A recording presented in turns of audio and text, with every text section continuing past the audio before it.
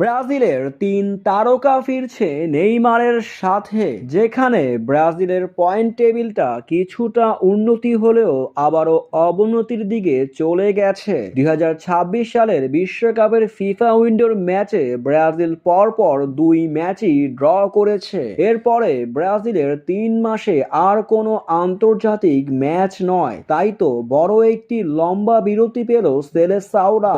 এর মাঝেই দেখা যাবে ব্রাজিলের সর্বোচ্চ গোলদাতা নেইমারকে আবারও ব্রাজিলের জার্সি গায়ে মাঠে ফিরতে। তাই তো 2025 সালের শুরুতেই আর্জেন্টিনা ও কলম্বিয়ার বিপক্ষে দেখা যাবে নেইমারকে। তার সাথে দলের অধিনায়কের ভারও থাকবে তার কাঁধে।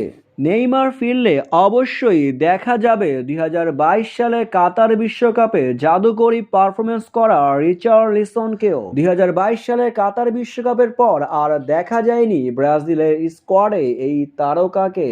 রিচার্লিসনকে আবারও দেখা যেতে পারে 2026 সালের ফিফা উইন্ডোর ম্যাচে। ব্রাজিলকে টানিয়ে তুলতে তার অবদান দেখা যেতে পারে।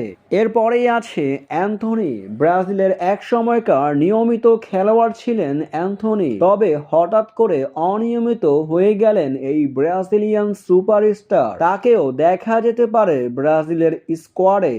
এতে করে অবাক হওয়ার কিছুই নেই। এরপরে আছে ব্রাজিলের সেরা ডিফেন্ডার ক্যাসিমেরো। ক্যাসিমেরো অনেকদিন ধরেই দলের বাহিরে আছে। ব্রাজিলের সেরা ডিফেন্ডারদের তালিকা করা হলে ক্যাসিমেরোকেই অবশ্যই রাখা হবে। ক্যাসিমেরো ডিফেন্স সামলিয়ে মাঠকে শক্তিশালী করতে ব্যস্ত থাকেন। তার মতো একজন ডিফেন্ডার ব্রাজিল দলে খুবই প্রয়োজন। তাই তো নেইমারের সাথে এবার ফিরতে যাচ্ছে এই তিন তারকা।